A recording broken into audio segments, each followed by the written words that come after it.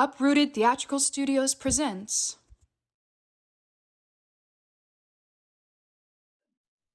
Hi. Hi, how are you? Where are you right now? I'm in Massachusetts. I'm in Northampton, Massachusetts. Okay. How is it over? How is It's, it's nice. It's very, very nice. I feel, I live,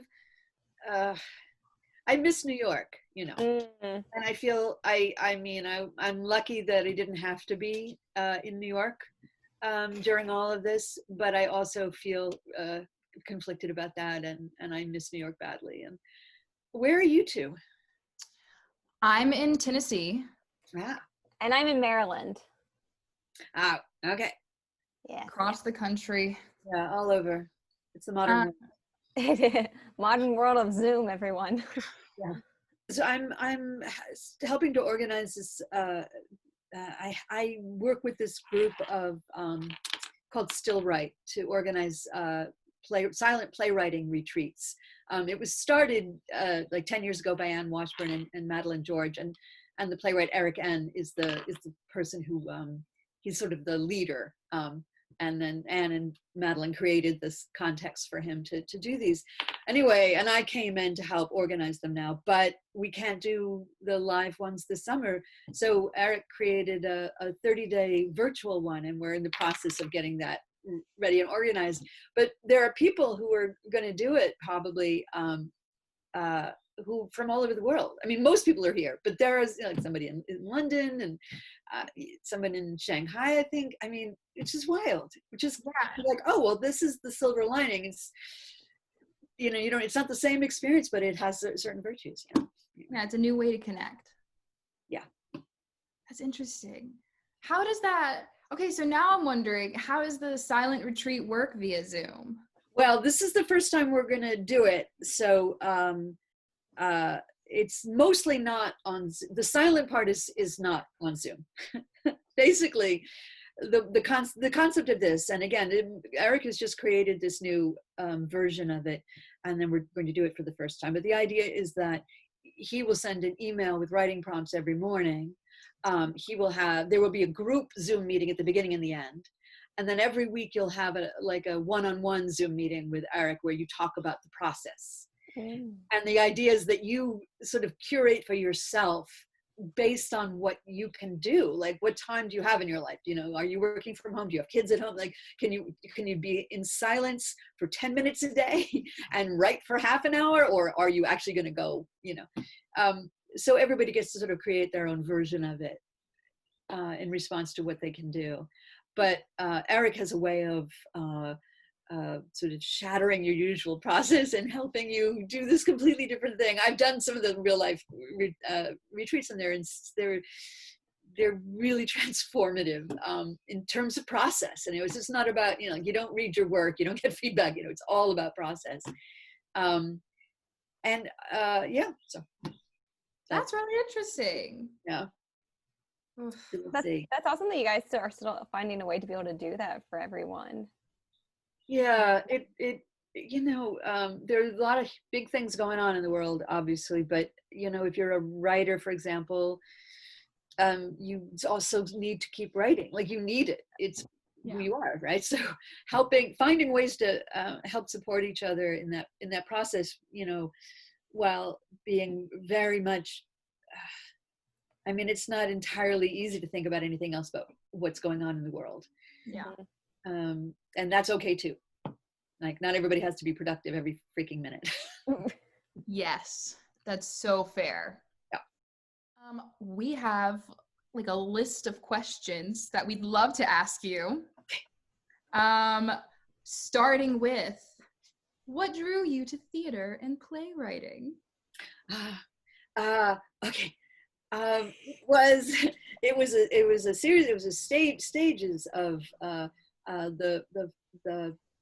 first thing really that happened was being a teenager and going on a field trip to see Twelfth Night at it was actually the Beverly Music Center. It's the name of the theater. I don't know if it's still there in Massachusetts, Eastern Massachusetts. Anyway, I'd never seen any theater since I mean, children's theater when I was a kid, but I grew up in a small town too, and we didn't have theater, and we didn't go.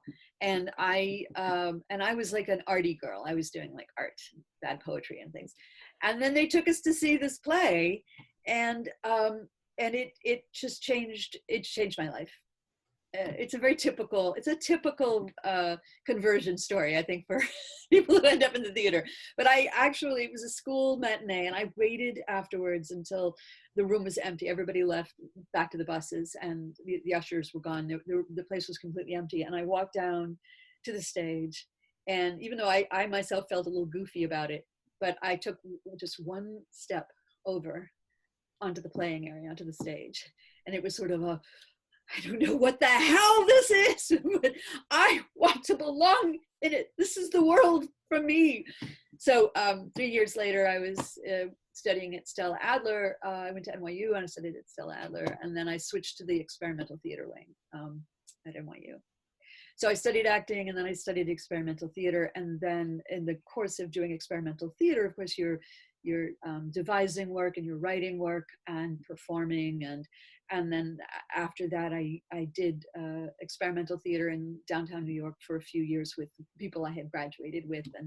And that's where it was at a time when, you could do this and do it for like nothing. I mean, I was working part-time as a waitress, and, it was a really exciting, it was the 80s. It was sex, drugs, and experimental theater. It was a really great time to be there.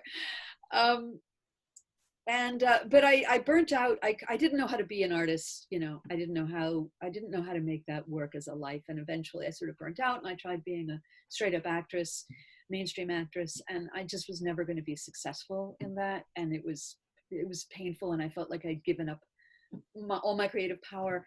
But I had a little actors support group, as actors tend to do. And I said, I think I'm going to write a play. I'm going to do that thing that people apparently do, where you write a play not for yourself to perform. You just write the play. and so my actors group supported that, and I brought pages in every week, and they would read them. And after a few weeks, I'd written a play, and one of my actor friends said, well, why don't you send it to this theater in Tribeca? It doesn't exist anymore. It was called One Dream Theater, off Broadway. Because they do new plays. So that's the only place I sent it, because I didn't know what I was doing. And an actress in the company picked it up off somebody's desk and read it and said, oh, I want to play this, let's do it. And it was Edie Falco before she was famous. Yeah, and she was terrific. And I had a terrific experience, and I thought, okay, the world has been saying no to me as an actor for the last few years. And I've been, wandering in the wilderness, and the world has just said yes to me really hard with this. So I think I'm going to keep writing plays. So I sent it to a couple of graduate programs, and I got into Yale, and I went to Yale. And that's when I started being a playwright, and it just took it from there. What was the first piece called? Oh, it was called A Fabulous Beast. I think looking back, it had some stuff in it. I mean, I can see why there was some response, but I would not let anybody read it now. It's a very typical murky, disguised autobiography with science fiction elements, first play. I see. Yeah. Really but it was it was a nice way to get started. But it was also sort of sad because I had been used to being a performer and being in it. And I didn't know what it meant to be a playwright yet, really. Mm-hmm. And the first few nights I would go and sit in the dressing room with the actors. And it dawned on me, they were perfectly kind, but I was like, I don't belong here. I was like, I have created a machine from which I myself am exiled. I must sit out here and just watch. So I don't want to perform anymore or anything, but it was a little bit of a painful transition. And did you stop performing like cold turkey, like right after that? Yeah, well, grad school was the transition because there's a Yale, I'm sure they still have it. There's a student-run theater called the Yale Cabaret, and Yeah, I think and they still have it. basement of the building. Yeah. And I acted a lot at first. I was in a lot of shows in the cabaret, like 6 in my first year. Oh, wow. And then I Wow. think it was like 3 my second year, and then maybe I didn't. I mean, I sort of weaned myself off it. And it was sort of like the last straw of having that feeling of being in a, because it's a similar thing. Like you're creating work together in a way that's very collaborative. And I still actually love that. But you know, my life has taken me into the world of where you write a play, and it's a different kind of collaboration. Yeah. Cool. You can tell when you ask me a question, I will answer at length. I love it. no editing. No, I like it. I'm the same way. I really just want to get all the details out. There you go. I mean, I improvise and I don't know where to stop, but We're here for it. We like it. you can go like this if I'm talking too long.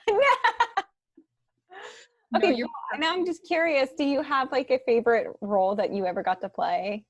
So you're like, yes, I would go back to play this role.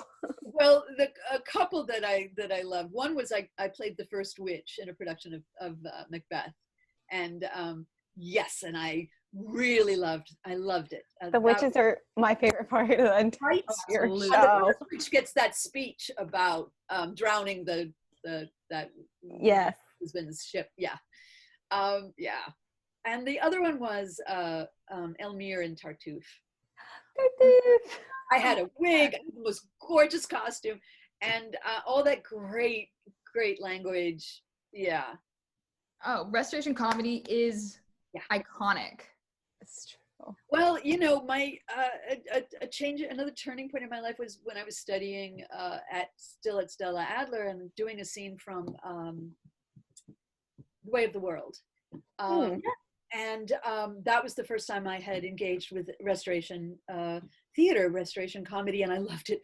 I fell so in love with it, and that ultimately led to me writing the play that has, you know, sort of done me the most good in my career, which is sort of a neo-restoration comedy, and so I vividly remember doing that. And my scene partner hadn't memorized his lines well enough, and he got yelled at. But basically, the teacher yelled at him and saying, "Look what Liz is doing!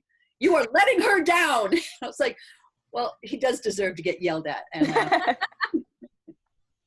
I put a lot into this scene. That's amazing. So Okay. we were watching some of your interviews and stuff, and in one of them we watched, you were telling young actors about like one of the biggest things you can do is like find your process and creativity, and we were wondering, like, what's your process? What is my process? What is my process?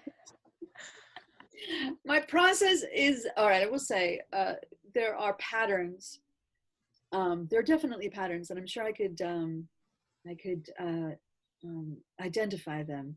Part of my process, though, is to write each play as if it's the first play that I'm writing. Mm. There's a sense in which every play kind of needs its own process, and you have to respond to that. And also, you know, the thing is, every time you start to write a new play, there is a sense, and I've heard a lot of other playwrights say this, is a sense of I have no idea what I'm doing. You really do start over, like it or not. And I think that's sort of important. I think at least playwrights whose work I love, I think they, not to say that they don't know a great deal about what they're doing, but at the same time you have to sort of be available for that sense of not knowing and figuring it out all over again, because otherwise I think there's a danger of being complacent, and that is not what you want. And every play is a new universe, so you have to enter that universe sort of with a sort of a willing, naive openness to what you will find there. I will say part of my process is a certain, you know, sort of arc of incredibly exciting idea. Oh no, I am too stupid to write the to live up to this beautiful idea. Oh, fuck it, I'll write something anyway and it'll be terrible. Oh, now I'm in love with this. Oh no, it's terrible. You know, and you go back and forth. There's a lot of love and despair in my process, and I'm probably not alone. And sometimes part of the process is also fury and rage. This is a thing in the world, or a kind of here is honestly a play that I hate. I will now show you how to deal with this material, and or a thing in the world that is, so anger can also be a fuel. But I find that even when anger is a part of the process, I slip over into writing out of love. Partly because I can't, it takes a certain amount of time, and for me, I need love to be a part of the fuel, because that's what I need to dwell with. It's a little abstract, but another thing for me, I write when I'm ready to start writing. I write often very fast, but usually I have thought about it for a long time. So, I mean, the most extreme example for me is my play Or, which I thought about for 10 years and then wrote in 2 weeks. Wow. Yes. Quite extreme. And the situation that, and I'd been thinking about it in a sense for longer than 10 years, but I'd been thinking about it actively, not constantly, on and off for 10 years, because I wrote a 10-minute play about Afro-Ben for a 10-minute play festival that I was asked to write something for. And that was fun. And I had been reading about Afro-Ben and reading Afro-Ben's work. And, for some other reason. And then I wrote this, and I thought, I feel like there could be a full length in this, but I don't know how to do that. I don't know what that would be. So I just kept thinking about it as I wrote other things, and life went on, and reading books about the Restoration, and reading other stuff. And finally, I simultaneously, right around the same time, I read a new biography of Afro-Ben that hooked me in terms of making it clear that Restoration London, after between the fire and the plague and the wars, there've been wars and wars and wars, that it was a post-apocalyptic environment in a way, and that Charles II was ushering in the recreation of civilization. I mean, which is a grandiose way to put it, but that's the kind of thing that gets me excited, because I'm really into post-apocalyptic scenarios. And at the same time, I had the opportunity to be a part of a 2-week new play development festival at New Dramatists, and it was my last chance to do it. It's called Playtime, and I was in my 7th year. It's the 7-year residency, so it was the last chance I had to do it, and I didn't have a new play that was at the right point of development. So I used the festival to write the first draft of Or. So that's why it took 2 weeks. But I maybe I wouldn't have finished. I really actually took 10 days, to be honest. And that was like 90% of the final. That's 85-90% of the published version. It was such I'd been thinking about it for so long, and then it was such an intensely supportive environment that boom. So anyway, but in any case, talking about process, for me, there's usually a lot of thinking and mulling and making notes and daydreaming and reading, and then when I realize, for whatever reason, you realize, I have enough to start. I have a starting point. I feel the moment is built up. Then I write fast. Was that what your question was about? Yes, no, that was perfect. Absolutely perfect. Okay, so speaking of Or, what in particular drew you to Afro-Ben? Well, I didn't know anything about her, and I'd been through undergraduate and graduate, all those survey courses of dramatic literature through the history. And I had never read her. I never even heard her mentioned. And then a friend of mine at the time had an all-woman classical company, and they were going to do The Rover by Afroben, and she asked me to write an original verse prologue. And so at that point, I read a biography of Afroben, and I read a couple of her plays, and I got excited about her. And I wrote that prologue, but I kept going.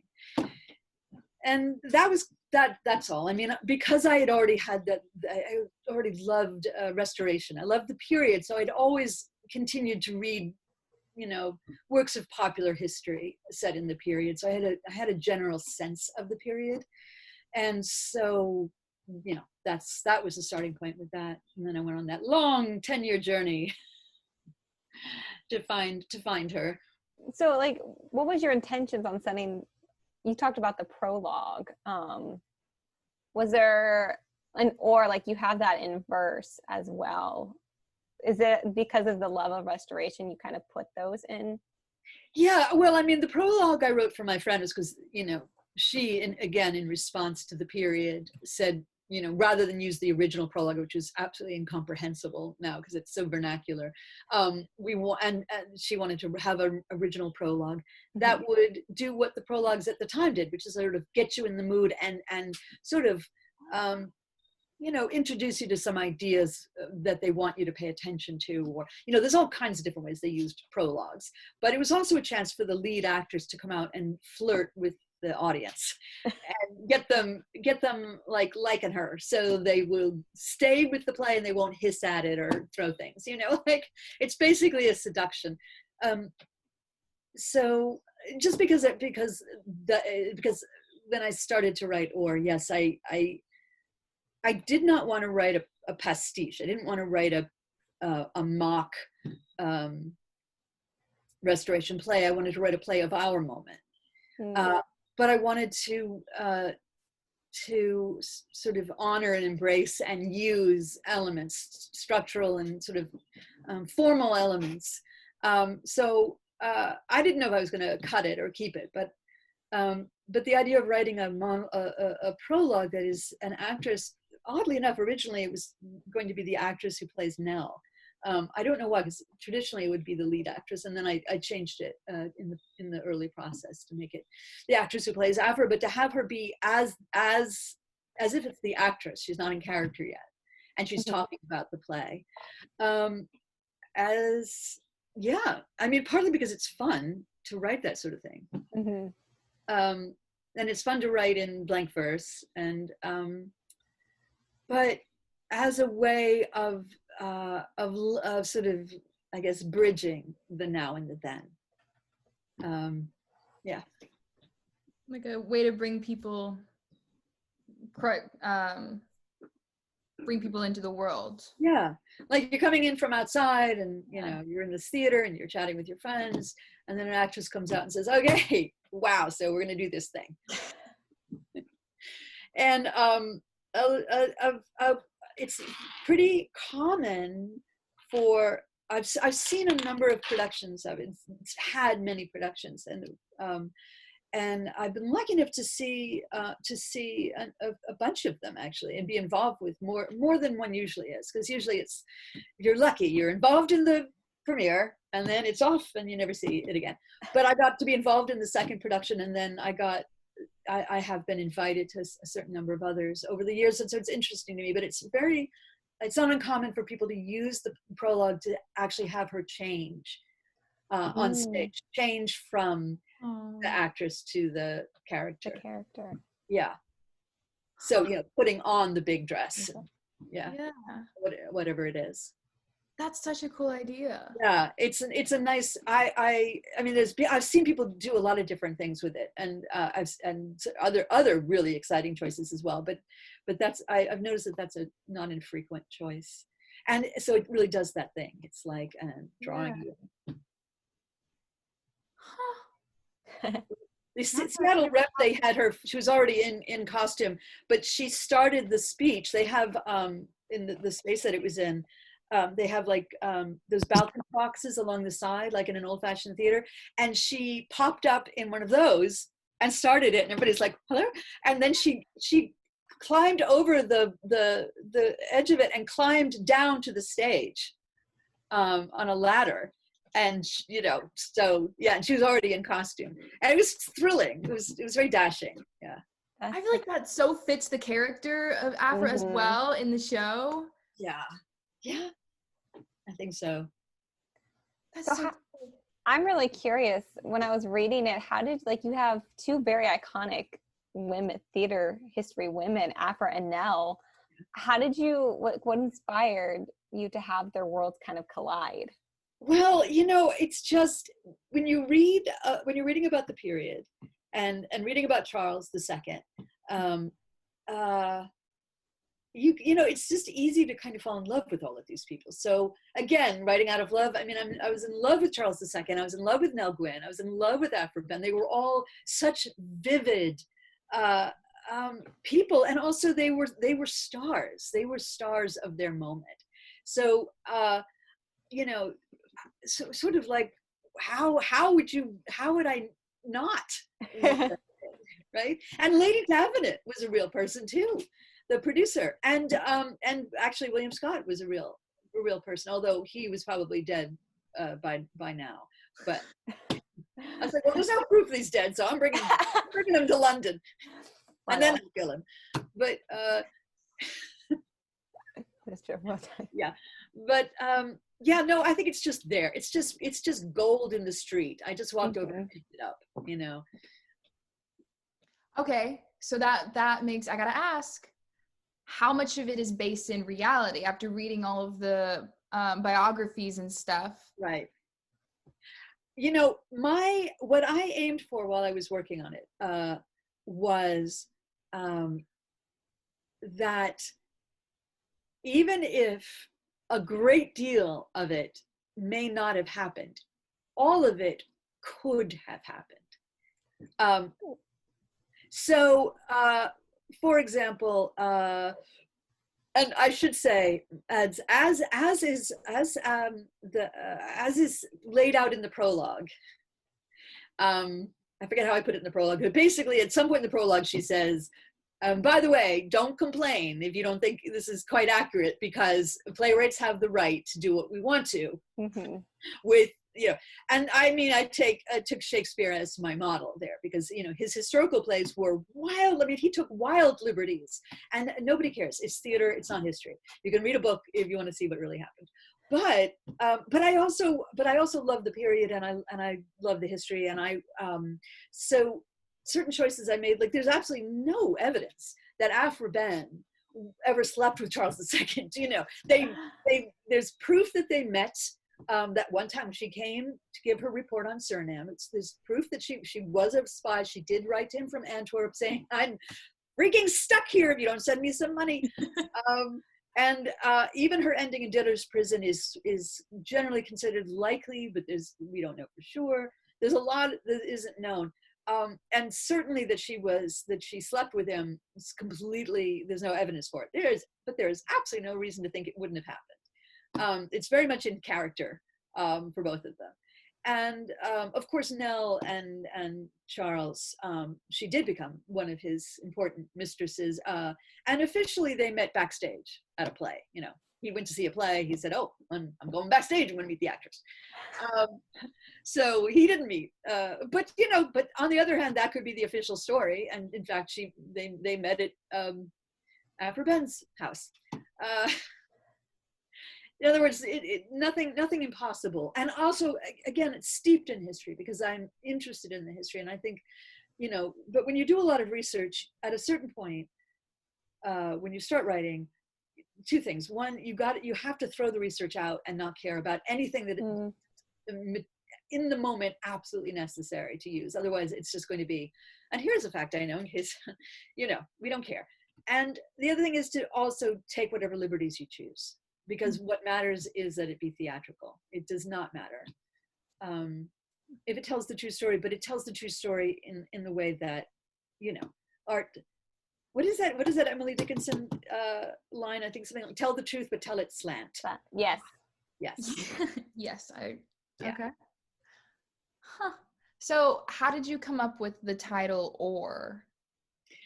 That was actually, I don't remember who to give credit to, but my writers group at the time is a group of mostly playwrights, but playwrights who were writing novels for some reason, and also a novelist. Anyway, it was a group of writers that we were meeting once a month, and I was bringing in pages of this, and I brought up the question of the title. I was messing around with or titles, you know, the 12th Night or What You Will, you know, those or with an or in the middle. And I had already written a play with an or title, a really long. A previous play of mine was called Wet, or Isabel the Pirate Queen Enters the Horse Latitudes. And and another play of mine was called Reckless, Ruthless, Brutal Charge of It, or The Train Play. I mean, so I was sort of, I tried to alternate between long titles and short titles, because long titles are fun, but they can become also, you know, a bit much. And I sort of feeling like, yeah, I feel like I'm due for a short title, but I kind of love the naming form of the Restoration, which were not short titles. And I was like, so I don't remember what I was playing with. I really don't. But I had a version of it. And I was like, but maybe I should just take the first part or the second part. And somebody said, as a joke, why don't you just take the or? But I honestly don't remember who it was, so I can't give them credit. I mean, I know who was in the group, but I don't remember whose joke it was. And I was, oh, no, it's a terrible title. It's a terrible title because you can't Google it.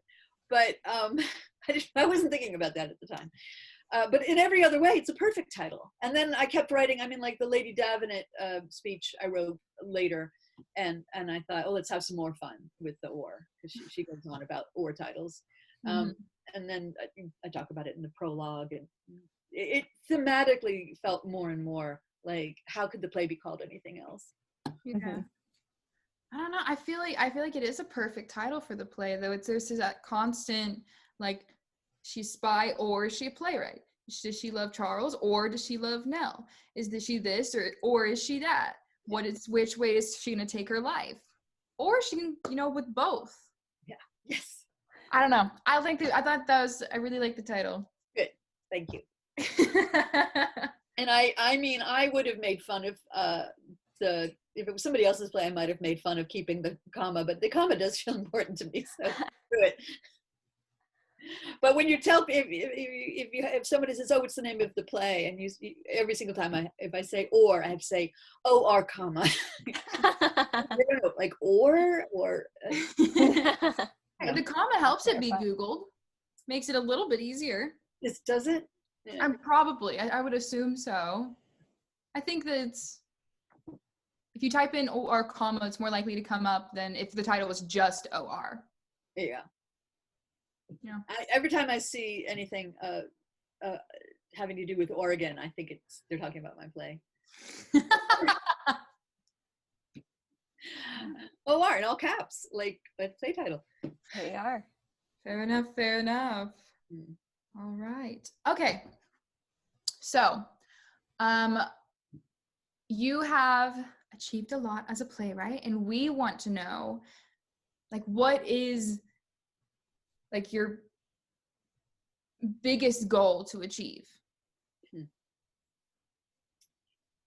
That's an interesting question. Well, you always want to write the next play that I'm excited about. Right now, you know, this is a hard moment for everybody for every possible reason. But in a small corner of the world, it's also a hard time in the theater. And I have 2 new plays that are still scheduled to premiere next spring. And I say still because, you know, in a way I was lucky that they were both scheduled for the end of the next season, because it's still possible and plans are still moving forward, but there's no way of knowing.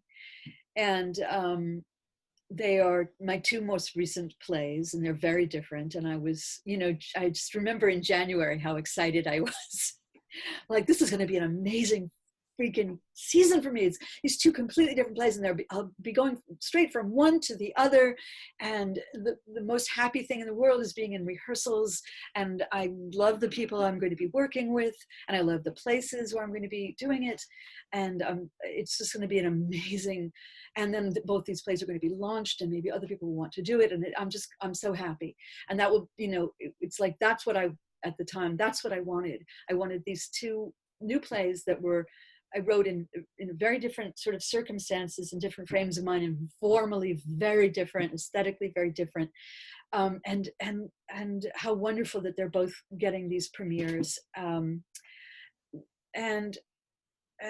then going into the world. And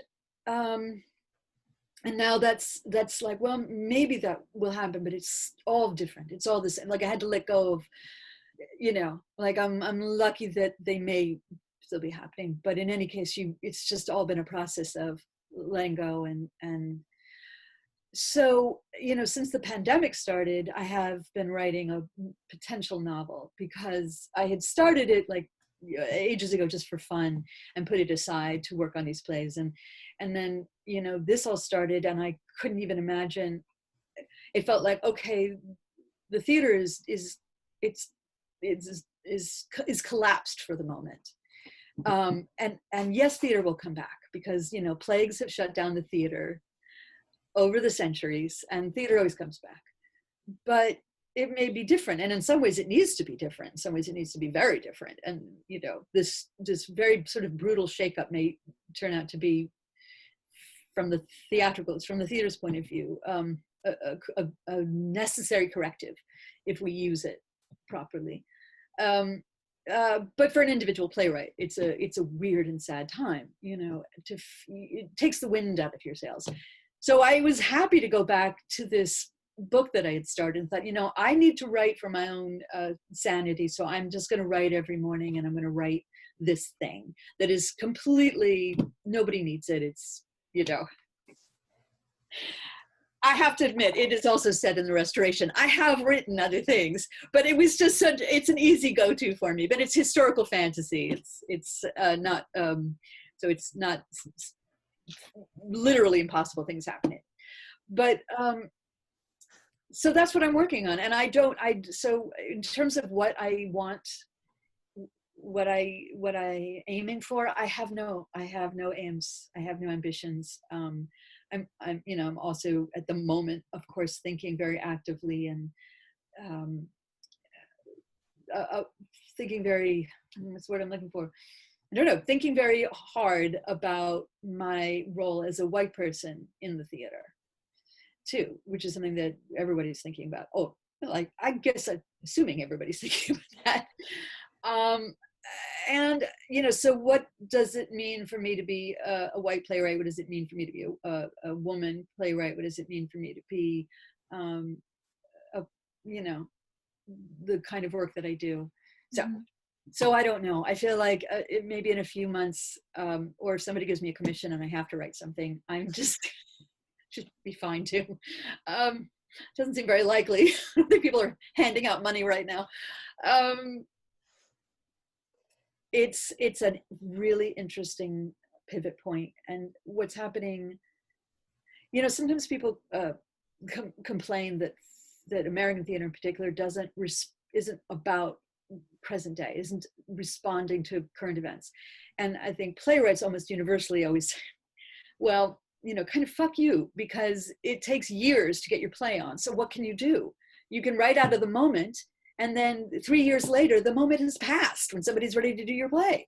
So it's the structure, the institution is not set up here to be responsive. But I also think that, for me at least, it behooves us to process and think and get a hold of what we're learning as citizens as well as artists, and not just rush into, like, I think there maybe in 6 months we're going to, literary managers are going to have piles and piles of plays called Flattening the Curve, or whatever. And I don't think it's going to be fun for them. I'm not sure what we need. And I don't feel like in a big hurry. I feel like I'm gonna find out. So you kind of touched on it a little bit, but how do you feel like being a woman in this industry has affected your work? Well, just looking at the stats, I don't remember what the count was last year, but it's in the area of 20% of plays produced are by women. And it's been pretty much that way for the last 100 years. Maybe it crept up a little bit in the last couple of years since they started, American Theater Magazine, for example, started doing the count, and a lot of people started drawing more attention to it, and aiming towards more gender parity, if that's still the phrase that we use. So, I can't help but assume that that affected me, but with any individual career, there's no, what do you call it, group? What's that science term? The thing you compare it to. Control group. Yeah. So who knows, like somebody could say, well, I haven't been produced because I'm a woman. Well, maybe you're shitty, or maybe you're not, maybe people don't like you because you're hard to work with. But I feel lucky. I mean, I feel I've been produced. I've worked with wonderful people. I've had great mentors, so I don't know. But I look around me, and in the past few decades, seeing, a lot of theaters doing seasons of all male playwrights without anybody even noticing. And a friend of mine, this was like 10 years ago or something, she was the artistic director of a theater, a small theater. And she aimed for, and this was a long time ago, but she was aiming for pretty even numbers. She produced playwrights of different backgrounds, representative of the community, and she aimed for parity with male, female. And people used to, on the regular, say to her, "Oh, is it a women's theater?" She was a woman, and they saw out of, let's say they did 4 shows, 2 of them were by women, and that stood out to them. It was like, seemed to be a majority of women in the joint. It must be a women's theater. It was amazing. But when back in the day, when all the theaters would do an entire season of Mammoth and whatever, Shepherd, and somebody I hate, somebody I love, I don't know. Anyway, nobody said, "Oh, you're a men's theater," obviously. I mean, this is incredibly obvious and an unoriginal thing to say. But there's been a shift, and that's been good to see. And a part of me,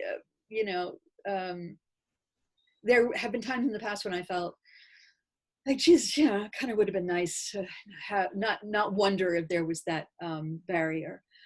But what can you do? And and now, of course, we've got the question of, well, what are the stats when it comes to playwrights of color? And the fact that for years there's been this sort of general sense in the theater of, well, you make sure you've got one slot for the playwright of color. And you don't even look at who you're hiring in terms of directors and designers and actors. And so that's something that, needs to be given a good hard shake-up and examination, and hopefully not just performative allyship, hopefully some changes. Fingers crossed. Yeah, well, we can all, I think, I don't know. I doubt, it's hard for me to believe that we'll all just go back into not paying attention. It's like, No, I don't think. not this time. Yeah, right? Yeah, it's so radically overdue. Yeah. I'm curious, how do you see like the theater world changing then as we try to? I'm not a visionary of that. I thought about it. I mean, there are things that I would like to see, income inequality addressed. Yeah. I mean, the idea of an artistic director making $500,000 while their artists can't make a living is weird. Are they that valuable?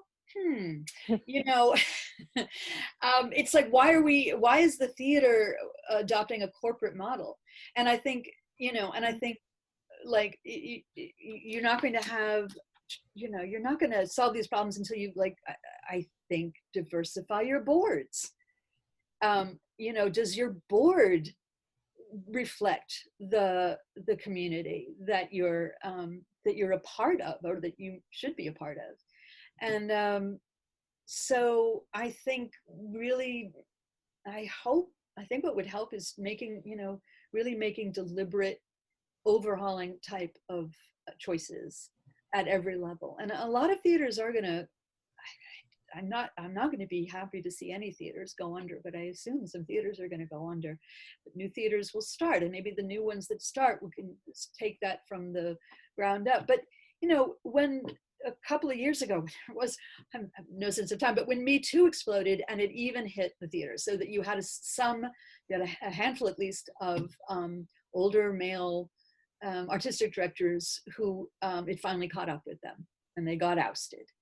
And there was a certain, at least it seemed to be, I don't know what the numbers are, but a certain thrust of them being replaced by people of color, or by women, or by both.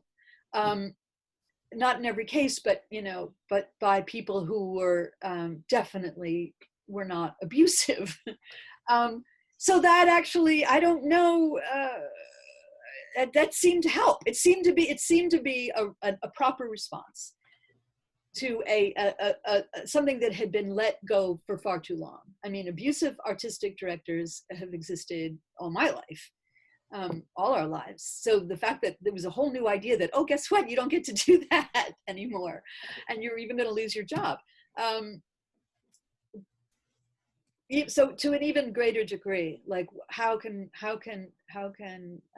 these things be really challenged and addressed, from right down to just who's working in your building, who's on your payroll. And if your whole payroll is white, then that's not okay. Yeah, think about that, you know, and et cetera, et cetera, et cetera. You know, it's like when you have like, you know, in the theater, for example, when you have panels that are choosing plays, or choosing, you know, who to give a prize to or an opportunity to, and when it's all white men, they're going to gravitate, you know, the unconscious bias. So, you know, instead of yelling at those white men, what you do is you make sure that the panel has people of color on it and women on it. You mix it up. And then that kind of solves the problem. And not entirely, because we all have unconscious bias, and, you know, women can be sexist, et cetera, et cetera, et cetera. But it does it goes a long way. It's like, well, there you go. Mix it up. Okay, I'm not saying anything. I'm not saying anything original. You know, but you asked. I don't consider myself somebody with a lot of profound understanding of how to fix these things, but I recognize.